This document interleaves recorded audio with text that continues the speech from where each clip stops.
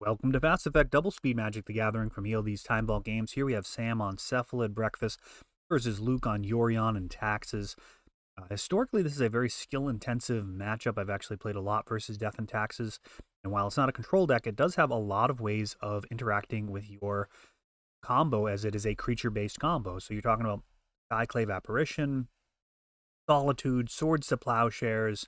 There's all sorts of ways that they can be interacting. Flicker Wisp. There's quite a lot that they can do, break things up, particularly the sorcery speed kill using Juko. Of course, they have Wasteland to stop your Urza's Sagas as well. So these are very often highly interactive games. At a Cavern of Souls shutting off any type of counterspell interaction with Thalia.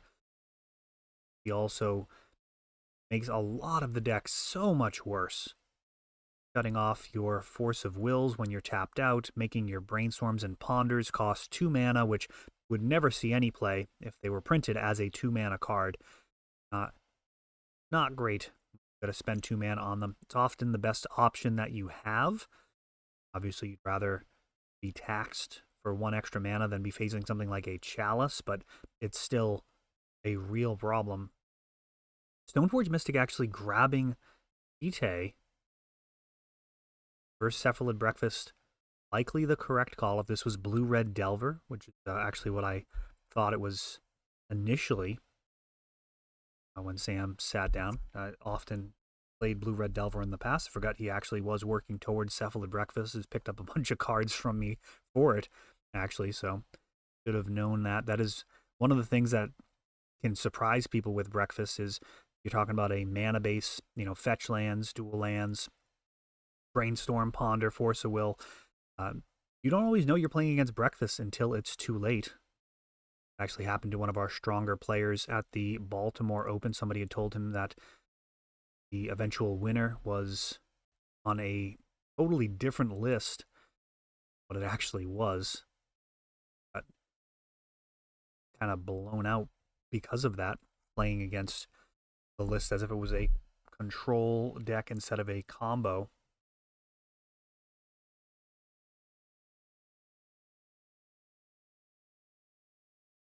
Sanctum Prelate, where it's actually going to be 4, which I don't love. It's a really good Chalice.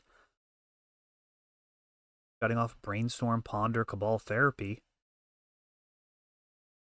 Trying to stop the Dread Return. That may have been really good in Luke's testing. Depending on Sam's build, may be able to access Thassa's Oracle pretty easily. Now, in my build, I play 4 copies of Step Through, so effects like this are nowhere near as disruptive as they are against these stock lists, which I believe Sam is on. I think he's actually got the Staff of the Storytellers and all of that is popular online right now. I do believe those lists are a mistake. Probably a good control list out there that runs those cards where I'd want to be. Cabal Therapy along with a token to sacrifice. He can mess up Luke's hand pretty good here. It's a pair of Thalias, a Lion Sash, a Flicker Wisp, a Swords, and a Jite. All cards that he's not going to be particularly thrilled with. Grabs the creature. Lion Sash. I need to grind some value with this staff for it to be any good at all.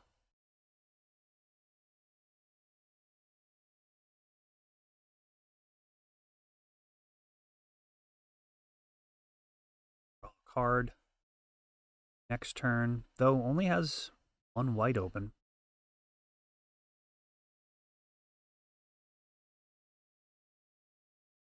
Urza's Saga, along with other Staff of the Storytellers, recharging the staffs as tokens enter the battlefield. Fury, which can also help out bouncing a staff and replaying it.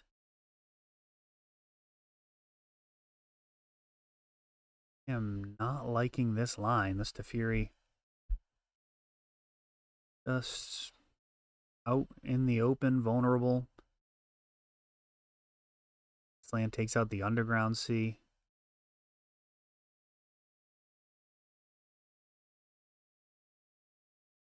And 2 counters on Jite. And that's going to be a problem. So the Teferi got cleared.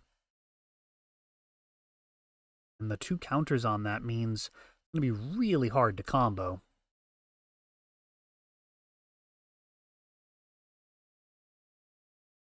This is a mess. So there's not going to be any Dread Return. 2 counters on there. Each additional hit is going to put 2 more counters. So you're basically going to have to bounce the Jite on the same turn that you go off.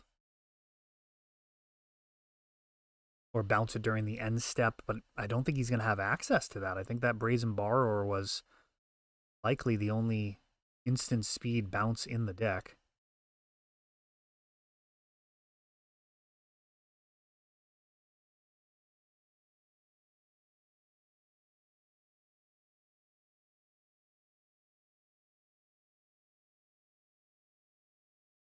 Worm's Chant.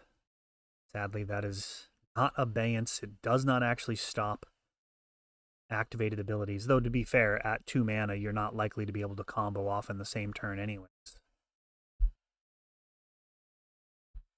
This is not looking great. And there we go, scooping it up. Yeah, that was a rough one. Not how you draw it up at all. I don't really enjoy the pivots in general with Cephalid Breakfast. I have played the deck a ton. Played it before Thassa's Oracle. Once Oracle was printed out there, I think the first lists anywhere online was actually somebody borrowing my breakfast list in one of our ELD opens and top aided with it. I think it was Dean Champagne if you're looking up the older results. And, you know, Modern Horizons 2 just greatly improved the build with Step Through, most importantly, but also Urza's Saga. It is really strong at getting Plan A done. The pivot plans, I mean, using Stoneforge Mystic for Cauldra or trying to juke your opponent out. I mean, I was playing a Paradigm Shift sideboard plan for a while. I just don't think it's worth the sideboard slots. And with the popularity of Endurance, I also think that greatly diminished the value of that plan. You potentially just lost to an Endurance, trying to avoid graveyard hate. And then if your opponent uses Endurance in response to the Paradigm Shift, then you potentially just lose your entire graveyard and don't have a card to draw during your upkeep. Also made you more reliant on Aether Vial, which I'm currently not on. Question of how good are Brainstorm and Ponder versus Aether Vial. If you're running Vial, you're going to be running less mana sources, which means you have less access to your cantrips. And also your cantrips aren't as good. There's a certain balancing point in terms of having a low mana base and using your cantrips to always draw gas, but also having enough mana in your deck where your cantrips aren't the only thing that you're doing in a turn. You know, this deck can get down, 3 or 4 mana and actually function, being able to fire off like a couple of Orm's Chants if need be and still win by casting the Cephalid in the same turn.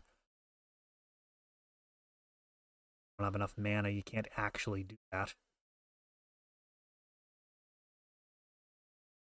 Yorion and Taxes picking up game 1 in a dominant fashion.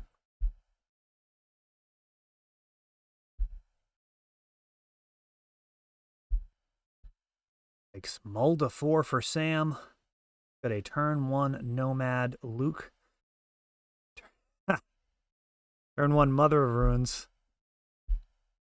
Oh, just got to make them have it. We got a Mulda 4 on camera here. A couple of basic lands. Island. Along with a fetch land. And that is looking like it's going to be it. So for those unfamiliar, this Mother of Runes is going to be of no help to Luke. His only play this game has 0 impact. Sam just milling through his entire library as he repeatedly targets the Cephalid Illusionist with his Nomads. The other piece that can do that is the Shuko. Fills out the entire library. Narcomoeba's entering the battlefield. Red return by sacrificing 3 creatures to flash it back from the graveyard and return that Thassa's Oracle. Different art there on the Oracle. Looks like he's got the secret lair printing, but that's how you draw it up. Turn 2 on the play. Death and Taxes had a very small window to do anything. Basically needed Solitude or Swords to Plowshares. Didn't have it. Sam easily picks up game 2, forcing a game 3 where he'll be on the draw. Luke Wasteland into an Aether Vial. That's going to make all of his stuff essentially uncounterable if he has the patience. Likely still continue to pepper out some other creatures utilizing his mana as well. The Wasteland, solid answer to this Urza's Saga. Grabbing a Tundra for the Nomads. Has a pair of vials here. Basically an extra 3 mana.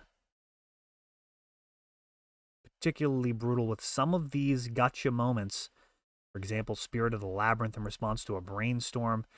Basically just end the game on the spot if you don't have a way of removing. Oh, Sam's got the turn 2 again.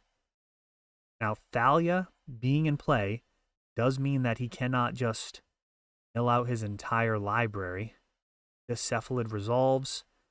He will need to pump the brakes at some point because he can't dread return this turn. And it's going to be a Solitude on the Nomads. Okay, so Luke making the correct play here. Spirit of the Labyrinth does show up as anticipated. Luke rather have the extra pressure rather than the potential gotcha moment. The Brainstorms are effectively shut off now. Prismatic Ending trying to take out the Thalia. Works. One of the best answers to Thalia.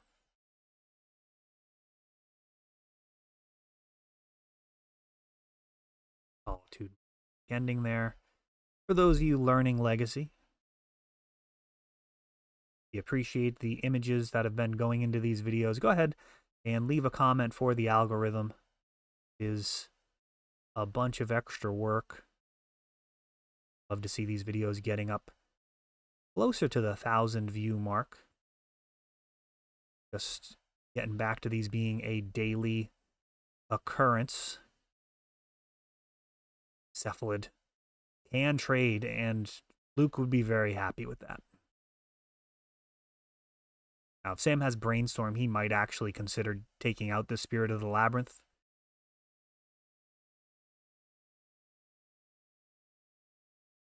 Flicker Wisp flickers the Recruiter of the Guard. Gets a Skyclave. Oof. Just a complete collapse here. Skyclave. Just devastating. Sam has no board and is facing down just a huge amount of pressure here. This is going to be 1 to 2 turns, or this is all over. Swords to Plowshares. Takes out Skyclave.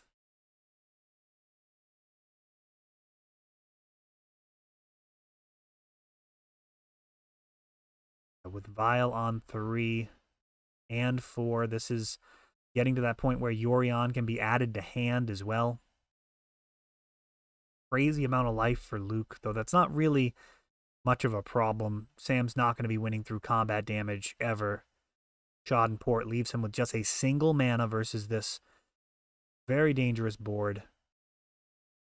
And the Sky Noodle has been added to hand. Yorion vialed in. Got a Flicker. And this is just going to be a chain reaction of value as Recruiter of the Guard just put in an overtime, finding the additional pressure and guarantee to close this game out. Brainstorm, about as good a draw as you can hope for, but Not going to be enough. Really, nothing's going to get him out of that spot. There's just not enough mana and cards to assemble under the pressure that Yorion and Tax has accumulated there. Thank you for watching. For more magic from ELD's Time Vault games, be sure to subscribe and check out more videos just for you over here.